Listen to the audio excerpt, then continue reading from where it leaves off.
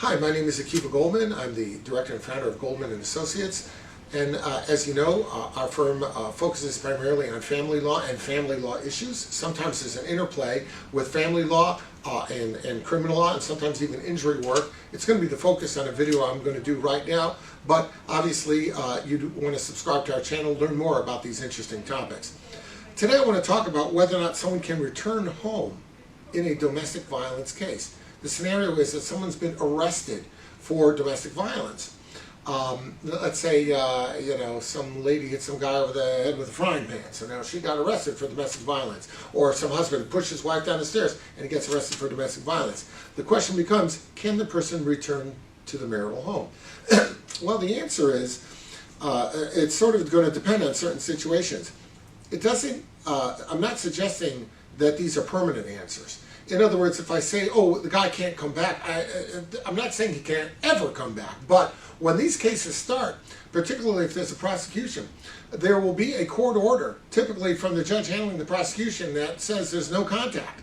No contact order will be entered, which means the husband and wife who are part of this, they can't have contact with each other. They can't see each other. They can't live in the same house. They can't call each other on the phone. Nothing. Really, neither one can call the other. So in that scenario, no. You're not going to be able to go back to the marital home. Now, if the wife has vacated the marital home, you can apply to the court and say, I know you gave me a no contact order not to go back, but she's not there anymore. Can I go back in that scenario? And the answer will probably be, if the court will verify that she has taken up another residence, it's likely that the court will grant you, or should grant you, the opportunity to go back home.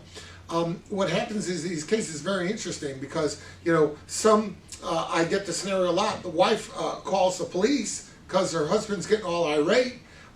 Then when they want to arrest him, or when they do arrest him, and she learns he can't come back, he can't call her, he can't pay any bills, he can't give her any money. When he learns that, then she's, oh, I didn't want any of this. Well, you got to understand something. Once you set these things in motion, it's hard to stop it. Motions would have to be filed within the criminal court to lift the no contact order. The court will be very suspicious that maybe you're making that request because you're being intimidated by the person who pushed you or whatever. So the court is really reluctant to do that for your own protection. So you got to be very careful. Don't get the police involved unless there's real criminality and you plan to see it through with all its consequences.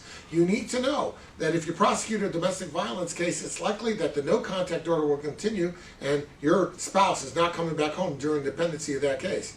Now, you may say that's not a deal breaker. That's fine with me, and if that's the case, fine.